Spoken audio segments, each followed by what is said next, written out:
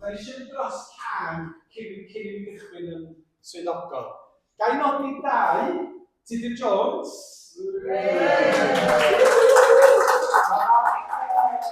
Mae'n hyfryd cael dy gwmni chi nôl, Tudur, ar ôl y llawdriniaeth fawr. A da ni'n llawenhau dy fod ti'n gwella cystal ar ôl y driniaeth honno. Mae'n gyfnod i ti, de? Gad i bobl ddwmdan a gweini arna ti am rhyw bythefnos arall. A wedyn, ond mae'n hyfryd cael dy gwmni. A mae Gestyn wedi cael triniaeth hefyd, dydd iau ar y goes, ac yn mynd disgwyl fel ond mae'n hyfryd cael dy gwmni fo.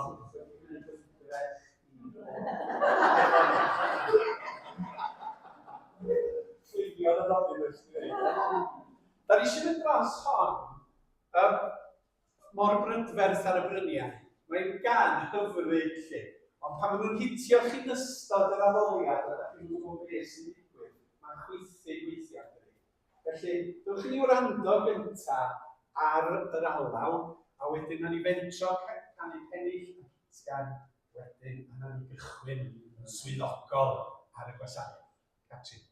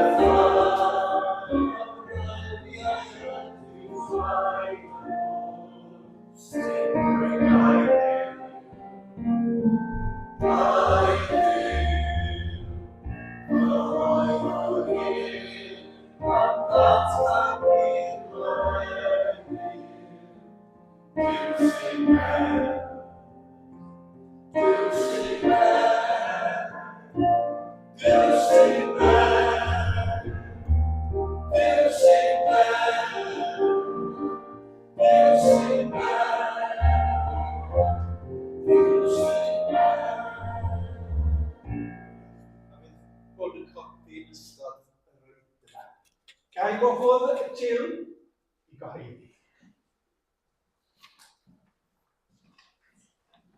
Slawn i gyd. A croeso. A croeso hefyd i bawb sydd yn uno â ni dros y we. Rhynghalma am dri oedfan y capel yn Methodistiaid gan Ofal Alun. A cyhoeddiad ar wythnos. Gan nhw'n hanner tymor, ni fydd cwrdd weddi o sylwodi ac ni fydd sgyntiau bach bore dydd Mawrth.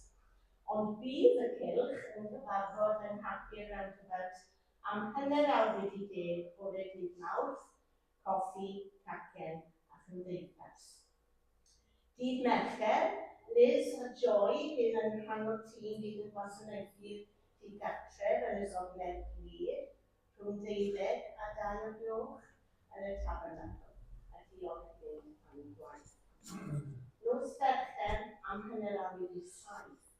Cynhelir y cwrdd chwarter yng Nghapel y Methodistiaid yr Eglwys Newydd, yn Ebenezer bydd yn croesawu ac yn gyfrifol am wneud eistedd ar ôl cyfarfod. Bydd gweithio gwaith am hanner awr wedi 6 a chyfarfod cyhoeddus am hanner awr wedi 7, pan bydd enerchiad yn y parch Dylan Rees ar AI a Christnogaeth. Dydd Sul nesaf, yr ail ar 20 o Chwefror, am 10, addoliad yma o dararweiniad y parch Rees Lock, Saron Creinat. Ac yna am 3, oedfa brydesu gan Ofal Dafydd Andrew Jones. Am 4, Angor Grange yng Nghapel Bay Church. Ar ddydd Sul y cyntaf o'r Fawrth, bydd oedfa i ddathlu 2 gan lwyddiant Ebenezer am 3 o'r gloch yn Capel y Methodistiaid. Rydym yn gwahodd cyn aelodau a ffrindiau i ddathlu gyda ni, a bydd Samed a Chacen yn dilyn y gwasanaeth, ac amseru ddim dyrfasu. Hefyd bydd arddangosfa o hen luniau ac eitemau diddorol o hanes Ebenezer. A un arall, hysbysau, dydd Gwener, 6 o Fawrth, yn Eglwys Dewi Sant am 2, St Andrew's Presbytery Caerdydd, wrth gwrs, bydd dydd Gwedir Dydd. Diolch yn fawr. Diolch yn fawr, Jill, ar y dderchog. Nodi... O, ti'n mynd am yr ega, di. Gei di brynu hi am tenar, de? Os ti isio. Un coeddiad arall, da chi di weld o ar y daflen, dwi'n siŵr, cynhelir angladd y diweddar Betty Wyn Davies, dydd Iau y 5 o Fawrth am 1 o'r gloch yn amlosgfa'r Bari. Wedyn, da ni'n cofio am y teulu yn ei galar a'i hiraeth am Betty Wyn, a denzil pobl fy'n allweddol y mywyd Ebenezer am ddegawdau lawer. A da ni wedi cael y fraint o gerdded am gyfnod hefo lot o bobl ddifyr. A da ni dal i wneud wrth gwrs, mae'n ni gofio hynny. A da ni diolch am yn gilydd. Mae'n adnod gan yr apostol Paul, byddwch yn llawen bob amser, am eich bod yn perthyn i'r arglwydd. Dwi'n deud eto, byddwch yn llawen. O'n i'n sôn bore dydd Sul dwytha am newyddion da ddaeth i'n bro. A bod ganddo ni fel Cristnogion bob amser newyddion da, yn rhan o'n bywyda, yn rhan o'n dealltwriaeth o'r byd rhyfedd, a weithiau tywyll a chreulon da ni'n byw ynddo fo. Ac o'n i'n meddwl am hyn eto yn ystod yr wythnos, a'r geiriau llawen hewch yn yr arglwydd, a thrachefn meddaf llawen hewch yn dod i'r meddwl. A Paul yn dweud, nid jyst llawen hewch, ond llawen hewch yn yr arglwydd, sef yn bod ni yn llawen oherwydd Iesu Grist. Da ni'n llawen nid oherwydd beth sy'n digwydd, a da ni'n gallu mynd trwy gyfnodau tywyll yn ymprofiadau fel unigolion a teuluoedd. Ond mae'r llawenydd sylfaenol dal yno, oherwydd yn bod ni'n gwybod am gariad Duw yn Iesu, a'i fod o wedi'n cymodi ni, ac wedi trefnu ffordd i'n cadw ni, a fod o gyda ni bob amser. A mae'n jyst pennill wedi bod yn dod i'n meddwl i, chi bod penillion da chi wedi ddysgu pan oeddech chi'n blant. A gweitha'r modd, da ni'n mynd cael cyfle i defnyddio nhw erbyn hyn. A mae rhai o'r penillion yma wedi cael eu cerfio i mewn i'ch cof chi. A'r gitgan oedd yn dod i'n meddwl i oedd, mae'r Iesu yn geidwad i mi. Mae'r Iesu yn geidwad i mi. Rwy'n canu. Pam wyt ti'n canu? wrth feddwl bod Iesu yn geidwad i mi. A mae canu, mae lot ohonach chi'n fwy profiadol na fi yn canu mewn cora ac yn y blaen. Yn ffordd i ni fynegu emosiwn yn dydi. Mae gen i ffrind sydd yn aelod o band blues Hollow Log. Mae'n byw yn ardal Aberaeron. A mae'n mynd ar benwythnosau i ganu mewn tafarndai. A maen nhw'n canu'r blues. A da chi wybod, mae'r blues i fod i fynegu eich rhwystredigaethau chi pan da chi'n teimlo'n isel ac o dan y don. Mae cerddoriaeth yn therapi. Mae'n braf canu mewn côr, mae'n braf canu mewn harmoni a bod yn rhan o gymuned. A mae'r salmydd yn dweud, canwch i Dduw gân newydd. Yn eich addoliad, da chi fod i ganu gyda'ch gilydd. A fod hwnnw'n fynegiant, yn y pennill mae'r Iesu'n geidwad i mi o'r llawenydd sydd ganddo ni. Oherwydd da ni'n canu, nid y blues, ond da ni'n canu wrth feddwl bod Iesu yn geidwad i mi. A dwi'n siŵr bod chi'n cofio y pennill cyntaf yn y fan yma. Cofio? Mynd â chi nôl. Rwy'n canu fel canar aderyn. Mae fydd y Gwanwyn yn dod wan. Fyddwch chi'n clywed y Robin Goch, y Titw Thomas, yr Adar To, yr hen fwyalchen, y frân yn rhyw fath o ganu. Ond mae'r deryn bach wrth ymyl y lli. Dyma yn hapus, a dyma sy'n lloni fy nghalon, can plant ydy, ynde? Be sy'n lloni dy galon? Mae Iesu yn geidwad i mi. Felly, nawn ni jyst canu hwn a canu y citsgan bach yma, fwy nag unwaith. Sy'n eisiau codi? Sy'n eisiau sefyll?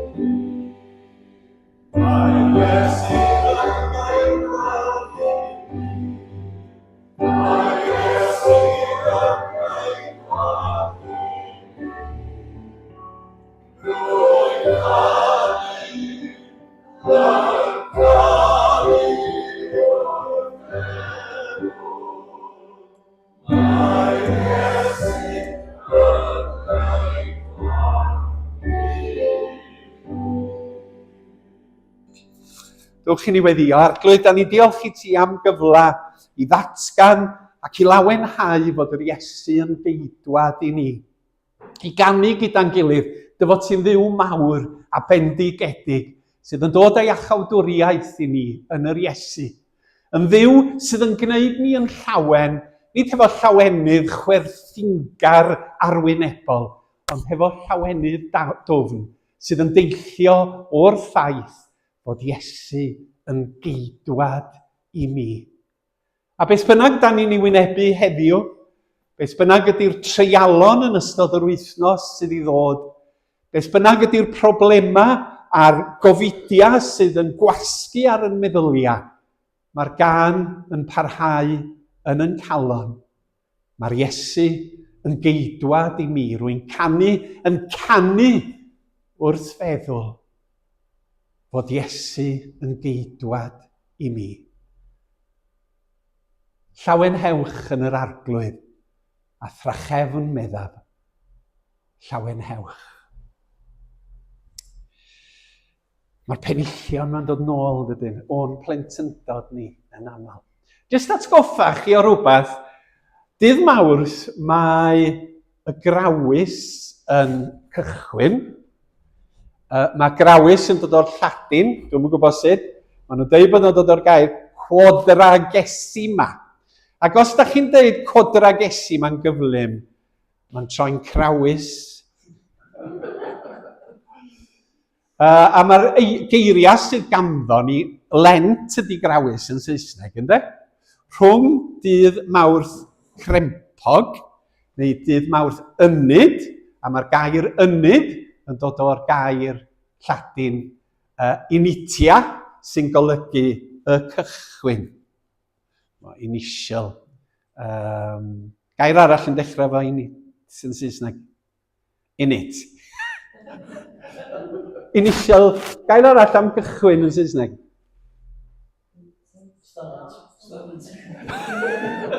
Oce, dywch chi di symud ymlaen yn gyflym yn yma. Ond o fan o mae ynyd yn dod. A mae'n para 40 diwrnod o dydd Mawrth crempog, dydd Mercher Lludw, oherwydd bod yn arfer gan y Pabyddion, y Catholigion a'r Anglicaniaid i roi lludw ar dalcen pobl. Ac yna mae'n para tan dydd Iau Cablyd.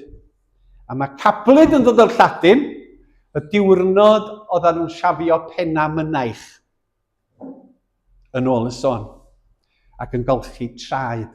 Felly, da ni'n cael y geiriau Cymraeg yma o'r Lladin. A jyst tynnu'ch sylw chi, mae rhai pobl yn stopio gwneud rhywbeth dydyn yn ystod ynyd, yn stopio gorfita, neu stopio yfad alcohol, neu stopio mynd ar y we byth a hefyd a diffodd y ffôn. Ond pwrpas tymor y grawys, a fyddai'n sôn mwy pnawn am y grawys yn y breges ac yn y gwasanaeth, ydy bod chi'n rhoi amser o'r neilltu i ddatblygu'ch perthynas efo Duw. Yn treulio amser yn ystod y 40 diwrnod i ddyfnhau eich bywyd ysbrydol. A dwi eisiau chanol chi i wneud hyn. Mae yna lot o gyrsiau grawys i'w cael. Mae Jill di sôn am hwnna. Dyma un, mae hwn wedi cael ei baratoi yn Gymraeg. Os da chi'n licio cael link, mae hwn yn cael ei gynhyrchu gan Eglwysi Ynghyd ym Mhrydain Fawr, a mae yna fyfyrdod bach a darlleniad mwyn i chi treulio amser yn myfyrio ar Dduw. Wedyn, ar y sleid nesaf, mae Cymdeithas y Beibl hefo un, allwch chi gofrestru a cael e-bost bob dydd, sydd rhai byrion ydyn nhw, sydd yn eich annog chi ddarllen adnod ac i fyfyrio ar rhywbeth neu gilydd. A mae'r Eglwys yng Nghymru leni yn defnyddio y llyfr yma gan Trystan Owen Hughes, oedd yn ficar yn Christchurch yn yr Rath. Mae'n gweithio'n coleg yr Anglicaniaid yn Llandaf erbyn hyn, trwy'r anialwch, pererindod, dioddefaint a gobaith. A mae yna rhai eraill, mae Tia Fund yn gwneud rhai. Sa chi'n hoffi y link, anfonwch testyn neu e-bost atai. Ac ystyriwch wneud rhywbeth yn ychwanegol yn ystod tymor y grawys. Darllen, myfyrio, a meddwl sut mae dod i adnabod yr arglwydd yn well. Dewch i ni ganu hefo'n gilydd. Canion ffydd, hedd sy'n llifo fel yr afon, llifo drwy ti a mi. Llifo allan i'r anialwch, rhyddid bellach, ddaeth i ni.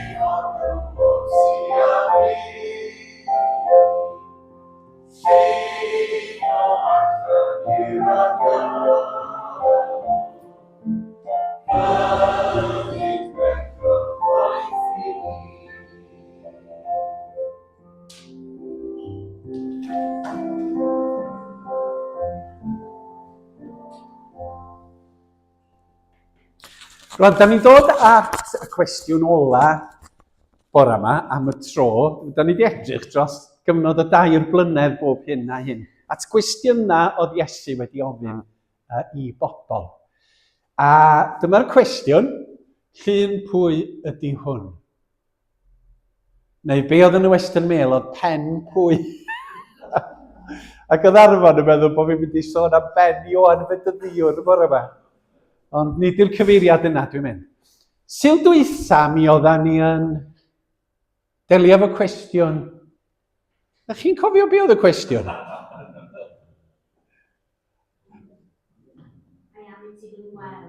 Da iawn, Gwenda. A am i ti fy ngweld i wyt ti wedi credu. Dwi isio ffeithiau, dwi isio tystiolaeth, ac oedd Thomas di gofyn am hynny. A dyma Iesu'n deud, gwyn ei byd yr rhai a gredodd heb iddynt weld. Bod ni fod i gael ffydd yn Iesu. A dyna mewn ffordd, fel didodd Gwenda wrtha fi yn ystod yr wythnos, dyna di'r pwynt ynde.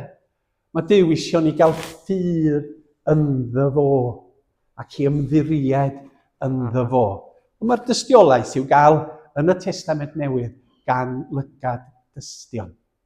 A just checio, be oedd y cwestiwn bythefnos yn ôl?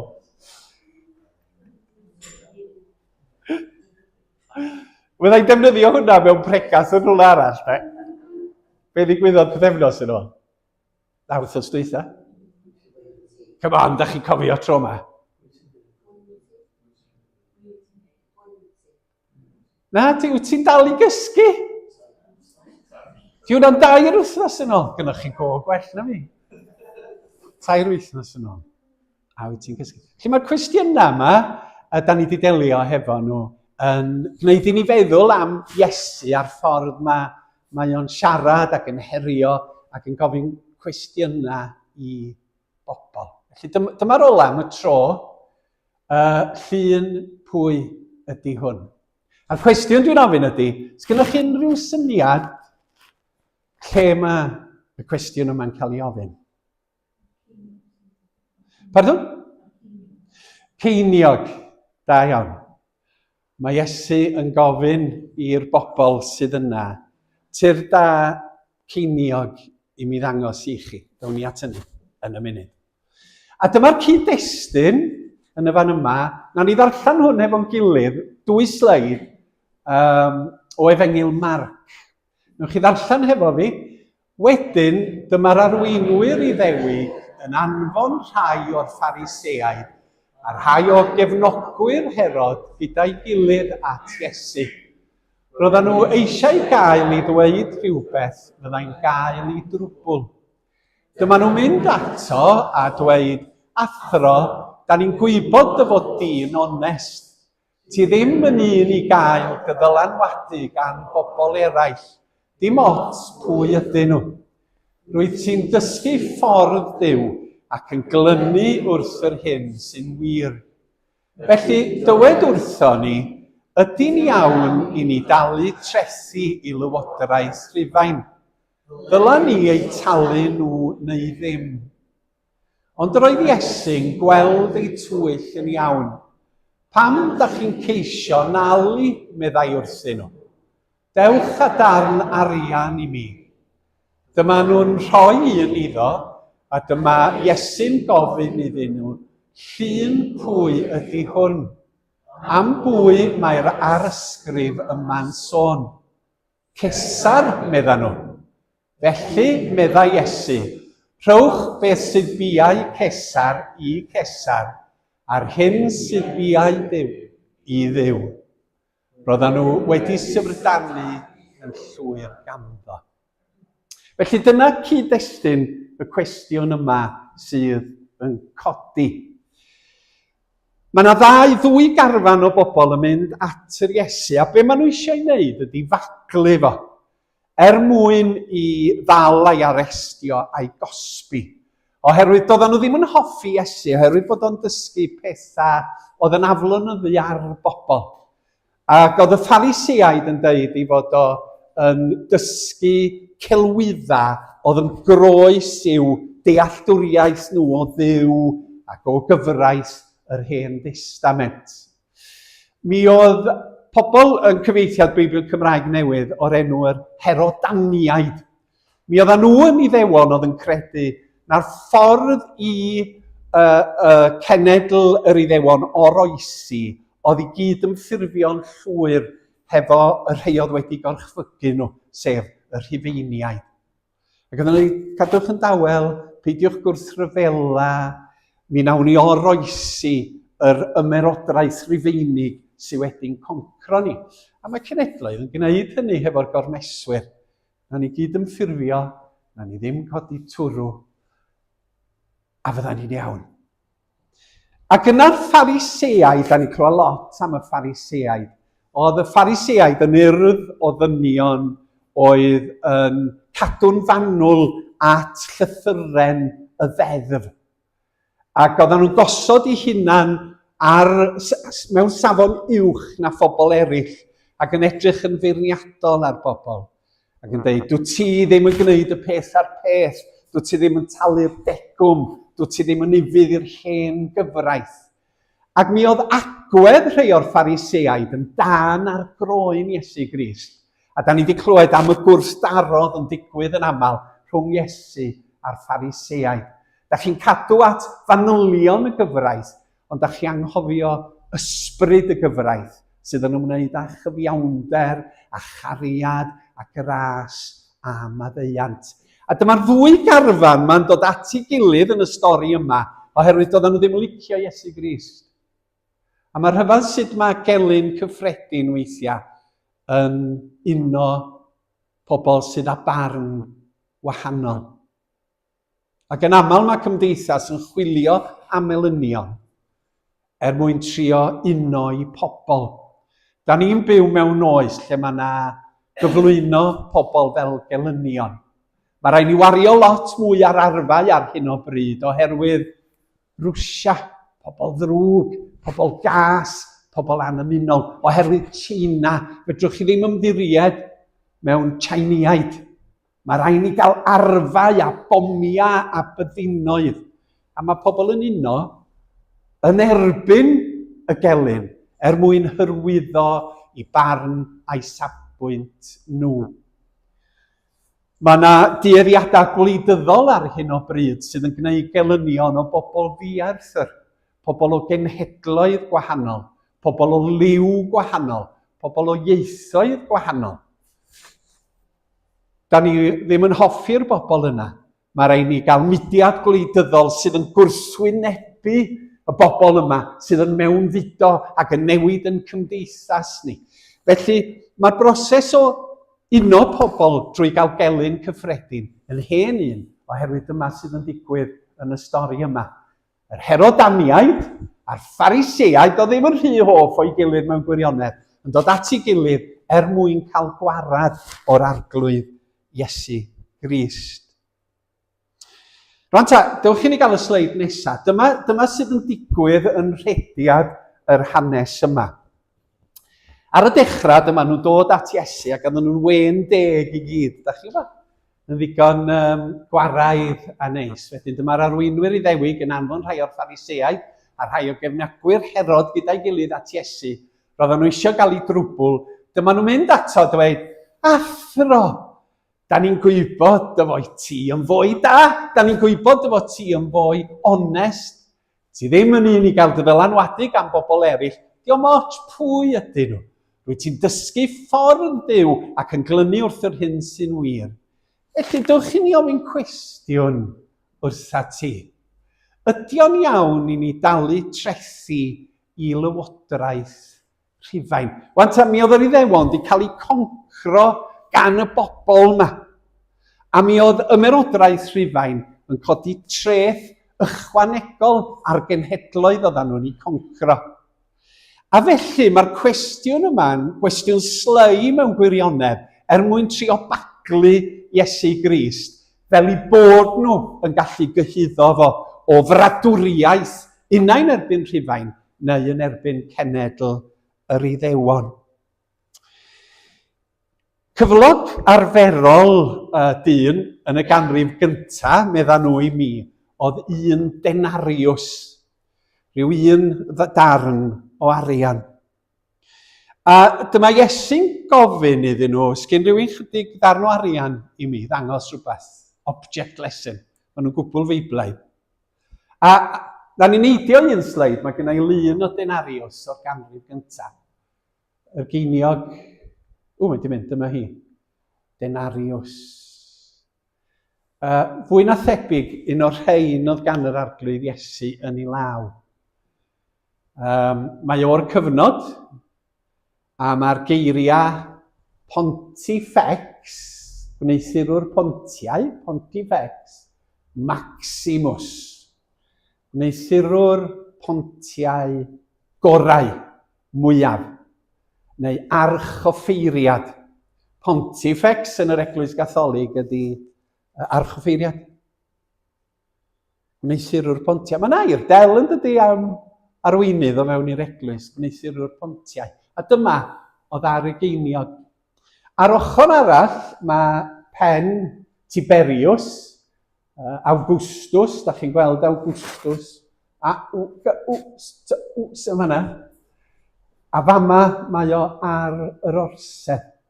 Rwan ta, yn y diwylliant Rhufeinig, mi oedd yr ymerawdwr fel Tiberius yn cael ei ystyried yn ddwyfol, bod o'n dduw, a bod disgwyl i chi fyddhau ac edrych arno fo fel rhywun dwyfol oedd rhaid i fyddhau iddo fo. Ac felly dyma Iesu'n cymryd y darn arian yma, a be oedd yn slei yn y cwestiwn oedd bod nhw'n trio i faglu fo. Pe bydda fo wedi ateb yn gadarnhaol, ia, talwch trethi Rhufain, yna bod mi fysa pobl Iddewon coch i gwaed wedi dweud, wyt ti efo'r gormeswyr yma, dwyt ti'n o blaid dy genedl dy hun. Ac yna pe tasa fo wedi dweud, na, peidiwch a talu trethi i Rhufain. Mi fysa Rhufeiniaid wedi dweud, daliwch o, mae o'n wrthryfelwr. Mae'n gwrthwynebu yn bod ni'n llywodraethu, a mae'n annog y bobl i beidio talu trethi. Felly, be mae Iesu'n ei wneud ydy bod yn foes yn y sefyllfa yma, a mae o'n cael y darn o arian, a fedra ni'n neidio yn ôl, un ymlaen. Ond roedd Iesu'n gweld eu twyll yn iawn. Pam da chi'n ceisio nalu, meddai wrthyn nhw? Dewch y darn arian I mi. Dyma nhw'n rhoi un iddo, a dyma Iesu'n gofyn iddyn nhw, llun pwy ydy hwn? Cesar, medden nhw. Cesar Augustus. Felly, meddai Iesu, rhowch beth sydd bia Cesar I Gesar, a'r hyn sydd biau Duw I Dduw. Mae'n iawn I chi dalu trethu I Rufain. Maen nhw wedi dod â heddwch. Ond y lot o ymladd a gwrthdaron y dwyrain canol fel sydd. Ond un peth am yr ymerodraeth Rufeinig, oedd hi'n dod â'r Pax Roma, yn gam neu'n gymwys. Oedden nhw'n dod â heddwch a mynnu, ond trwy drais oedden nhw'n neud, wrth gwrs, ynde. Trais ofnadwy yn dinistrio cenhedloedd ac yn gorfodi nhw I fyw mewn heddwch. Ac mi oedd na ddarpariaethau cymdeithasol ganddyn nhw hefyd o'r dreth. Rhowch i'r ymerawdwr beth sy'n dyledus iddo, ond rhowch I Dduw beth sy'n dyledus iddo fo. Ni adael I fanna am eiliad, a ddawn ni nôl am 5 munud yn y diwedd I ystyried be mae hynny'n olygu I ni heddiw yma. Sut mae'r amser yn mynd idwch? O na ni gael gair o weddi, dewch I ni weddio. Dad, da ni'n diolch I ti am dair, a da ni'n diolch am gyfle I dreulio amser hefo'n gilydd yn meddwl am yr arglwydd Iesu Grist. Y ffordd oedd o wedi byw a'r ffordd oedd o yn ymateb i'r bobl oedd o'i gwmpas o. A mi ddoethineb a'i ddealltwriaeth o. Am ryfeddod yr hyn a wnaeth yn troedio y ddeiar yma. Nid I yn helpu ni o wythnos I wythnos I dadnabod di yn well, I ddod I dygaru di yn fwy, ac o dygaru di yn fwy I garu'n gilydd a'n cyd-ddynion yn llawnach ac yn fwy effeithiol. Da ni'n deud eto, ac yn llawenhau fod yr Iesu yn geidwad I mi. Ac yn canu wrth feddwl bod yr Iesu yn geidwad I ni. Ac wrth I Ebenezer ddathlu penblwydd arbennig mewn pythefnos, da ni diolch I ti am y fraint fel cynulleidfa ddidor o fod wedi cael tystio i'r cariad rhyfeddol yn yr arglwydd Iesu Grist. Yna bobl fel ni am 2 ganrif o dan yr enw Ebenezer Caerdydd wedi dweud wrth ei gilydd, wedi dweud wrth eraill, mae Duw cariad wyt ti. A fod yr Iesu wedi dod i'r byd i'n hachub ni, I ddangos I ni y ffordd I fyw, I roi esiampl I ni sut I ymddwyn tuag at ein cyd-ddynion, ac I ddangos dy gariad I ar air ac mewn gweithredoedd o ymestyn allan.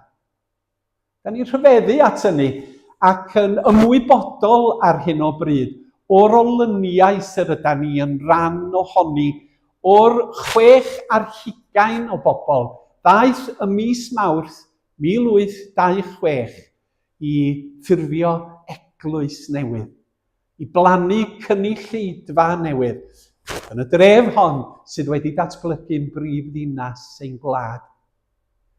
Nid i'n defnyddio ni, nid I fod yn sentimental am yr hanes, ond i'r hanes yn ysbrydoli ni nawr yn yn presennol I dystio i'r newyddion da ac i'r dyfodol hefyd, I fod yn flaengar ac yn ddyfeisgar ac yn greadigol yn y tystiolaeth, wrth ddweud wrth bobl Caerdydd, mae'r Iesu yn geidwad I ni.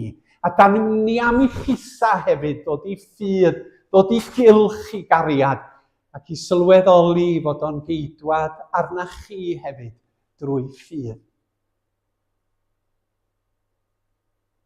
A gad I ni dystio, nid yn unig gyda geiriau, Ond hefyd yn y modd yr ydym ni'n ymddwyn drwy wasanaethu. Bod ni'n gymuned sy'n gwasanaethu yn gilydd fel cyd-aelodau o gorff Crist. A fod ganddo ni ofal dros ein gilydd yn yn amrywiol sefyllfaoedd. Cryfha yr elfen honno o'n tystiolaeth. Ond y bod ni hefyd yn tystio wrth wasanaethu'n cydyn gyda hilioni a charedigrwydd a neilltuo amser i weithgareddau sydd yn dweud mae'n Duw cariad Duw yn ein cymuned.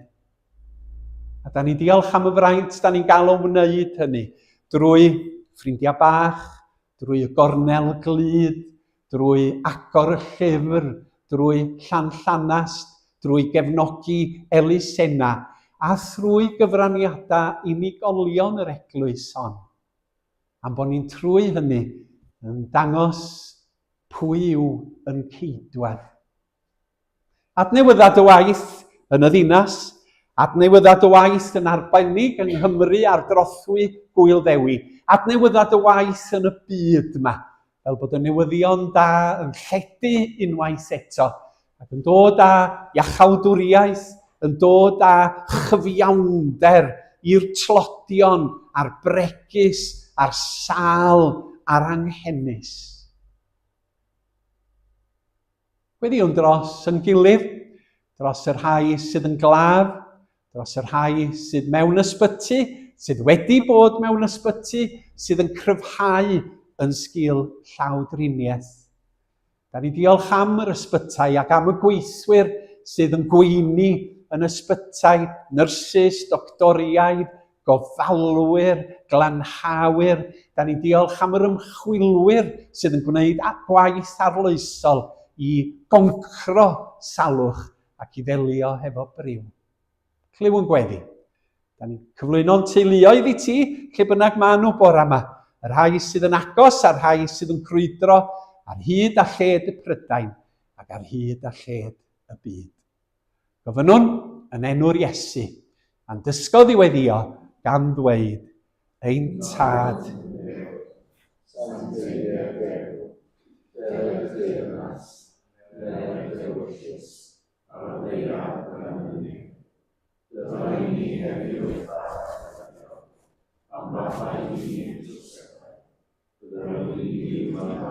Rhai o droseddol di'n herbyn.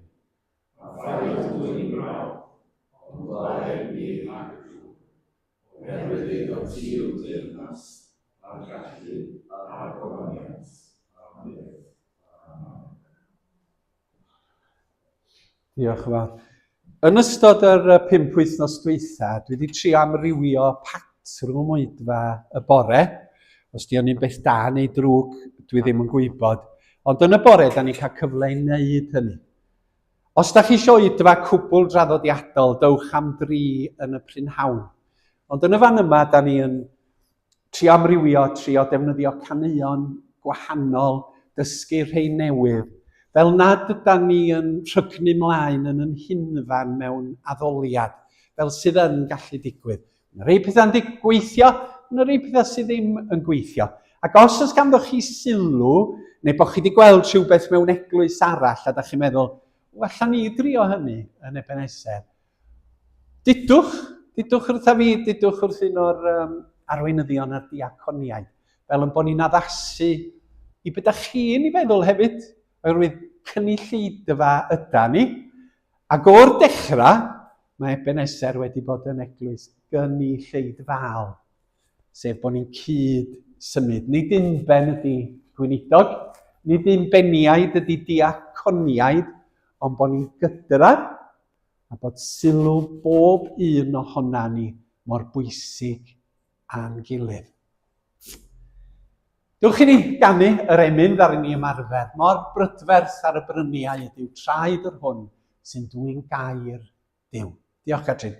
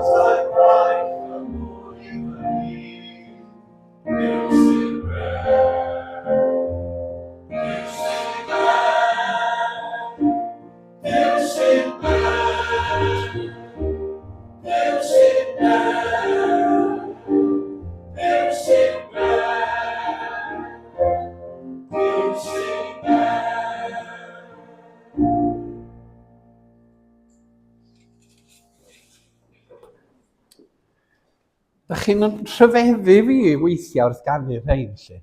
So dwi ddim yn ei gwybod nhw, ond unai dach chi yn codi alaw yn sydyn, neu dach chi'n ei gwybod nhw, dwi ddim yn siŵr weithiau, ond diolch i chi am ganu'r caneuon yma. Ac oedd o'n hyfryd, doedd honna ddim yn gyfarwydd i mi. Cenwch i ddiw gan newydd. Rwan, da ni dod nôl at y cwestiwn wrth gloi. Mi fydd yna gyfeillach bach ar ôl y gwasanaeth, jyst i drafod. Da ni gael trafodaeth dda wythnos dwytha. Llun pwy ydy hwn? Da chi wedi gweld y denariws. A'r Iesu'n dweud, drychwch rhowch bethau cesar i cesar, rhowch bethau Duw i Dduw. Dwch chi ni gymhwyso hwnnw i ni, be di arwydd o cad hyn. Rwy'n mae rhai pobl yn defnyddio'r stori yma i ddweud nad ydy Cristnogion i ymwneud â gwleidyddiaeth. Oherwydd bod Iesu yn gwahanu cesar a Rhufeiniaid, a da chi ddim yn cymysgu Duw hefo gwleidyddiaeth a llywodraethu. Bo chi'n rhoi pethau'r llywodraeth i'r llywodraeth a bo chi'n rhoi pethau Duw i Dduw. A da chi ddim yn gallu cymysgu y ddau beth. A da chi'n clywed pobl weithiau yn dweud na ddyla archesgob neu gweinidog yr Efengil Annibynwyr ymhel â gwleidyddiaeth o unrhyw fath na gwneud sylwadau ynglyn â be mae gwleidyddion yn wneud yn y Senedd neu San Steffan neu yn fyd eang. Ond nid dyna mae'r Iesu yn drio i ddweud yn y fan yma o gwbl. Oherwydd, mae'n bwysig fod Cristnogion yn ymwneud â gwleidyddiaeth. Nid yn lle i o bregethu'r Efengil ydy hyrwyddo unrhyw blaid yn benodol. A dwi'n siŵr bod yna aelodau o bleidiau gwleidyddol amrywiol yn aelodau yn Ebeneser. Ond, da ni'n gallu gweld os ydy llywodraethau yn wrth Dduw, neu bod nhw'n gwneud pethau sydd yn groes i ddysgeidiaeth yr arglwydd Iesu Grist. A pan mae hynny'n digwydd, mae rhaid i ni sefyll o blaid y cyfiawnder da ni'n gweld yn ysgeidiaeth yr arglwydd Iesu. A mae pobl yn gwneud hynny trwy bleidiau gwahanol, a dyna'r rhyddid sydd ganddo ni wrth gwrs. A dyma mae'r Iesu yn ei ddangos yn y fan yma. Fod na bethau sy'n ddyledus i lywodraeth gwlad, a fod na bethau sy'n ddyledus i Dduw. Ddown ni at hynny yn y munud. Y drwg sydd ganddo ni yn 2026 ydy bod rhai mudiadau gwleidyddol yn defnyddio Cristnogaeth fel arf gwleidyddol. Mi oedden ni mewn darlith rhai ohona ni nos Iau gan y parchedig Dr. Rhys Llwyd yn sôn am Christian nationalism a tuedd newydd sydd wedi codi yn ddiweddar. Sef bod na blaid asgell dde eithafol yn defnyddio Cristnogaeth. Cristnogaeth ydy unig grefydd Prydain. A mae unrhyw beth gwahanol i'w wrthwynebu, i'w gondemnio. A mae'r bobl sydd yn rhan o grefydd neu tueddiadau ffydd gwahanol i Gristnogaeth i'w herlyd o yma. A maen nhw erbyn hyn hefo croesau yn ei gorymdeithiau. Ond pam mae mudiad yn honni bod Cristnogaeth yn sylfaenol yn eithrio pobl oherwydd lliw i croen, y iaith, i cyflwr a'i sefyllfa, nid dyna agwedd Iesu Grist. Nid dyna mae'r Iesu'n ei ddysgu. Oherwydd bod pawb, bob enaid byw, wedi creu ar lun a delw Duw. Pawb, nid yn unig ni. A mae pawb yn heiddi parch a gofal a bod pobl yn ymdrin yn war tuag atyn nhw. A mewn ffordd yn y fan yma, da ni'n gweld yr Iesu, da ni fod yn atebol i lywodraeth, talwch eich trethi'n llawen i'r llywodraeth. Oherwydd drwy hynny, mae yna bethau cyfiawn yn digwydd. Mae yna ysbytai, mae yna ysgolion, mae yna athrawon, mae yna weithwyr cymdeithasol, mae yna ffyrdd yn cael ei trwsio. Mae yna nyrsys. Leid ni hwnna'n ôl yn Caerdydd. So mae hwnna'n anghyfiawn gan y llywodraeth. Felly da ni fod i weithredu, dydan? Yn erbyn pethau da ni'n gweld o'i le. Felly, mae'r Iesu'n dweud, ia talwch beth sy'n ddyledus i Cesar, oherwydd bod yna fendithion cyffredinol yn dod i gymdeithas. Ond yna mae'n ychwanegu, talwch beth sy'n ddyledus i Dduw. Mae arna ni bethau i Dduw. Mae yna bethau yn bywyda da ni fod i wneud. A na i ddyfynnu yr adnod nes ymlaen yn y benod, rwy ti garu'r arglwydd dy Dduw ath holl galon, ac ath holl enaid, ath holl feddwl, ac ath holl nerth. A'r ail orchymyn ydy, rwy ti garu dy gymydog fel rwy ti'n dy garu dy hun. Does dim un gorchymyn sy'n bwysicach na'r rhain. Beth sy'n dyledus i Dduw? Dyma fo. Car yr arglwydd dy Dduw, a holl galon, car dy gymydog fel ti dy hun. A mae Duw yn gofyn i ni wneud hyn. Beth yw yn dyled ni i'r arglwydd? Yda ni yn ymateb i hynny, yn gadarnhaol, yn bod ni'n talu yr hyn sy'n dyledus i Dduw. Ac un gair bach i gloi. Yn yr arglwydd Iesu, mae Duw wedi trefnu ffordd i'n hachub ni'n dod, drwy berffeithrwydd a'r groes a'r atgyfodiad.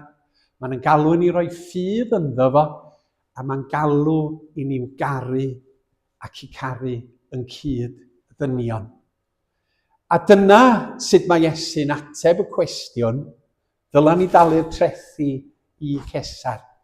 Ia, bydd yn anrhydeddus at y wladwriaeth, ond bydd yn anrhydeddus hefyd yn dyddyled i Dduw ar ei ben y bôr goron. Llun pwy ydyw? Rwan, beth da ni wedi wneud, na ni hepgor y weddi, yr emyn ola ydy o nefolad y fwyn oen. Rwan, da ni wedi edrych ar bethau, da ni wedi clywed pethau. Wneud Catrins chwarae yr awlaw ddwywaith dair. A gawn ni gyfle i fyfyrio a gofyn, Duw, be wyt ti di ddysgu fi y bore yma? Ydw i di ddysgu rhywbeth? Wyt ti yn dweud rhywbeth wrtha i yn benodol? A myfyriwch ar hynny neu gweddiwch os da chi am weddio dros rhywun ar ddiwedd y gwasanaeth. Ac yna nawn ni ymuno i ganu o nefol adfwyn oen. Felly ceiwch y llygaid a myfyriwch ar y pethau hyn.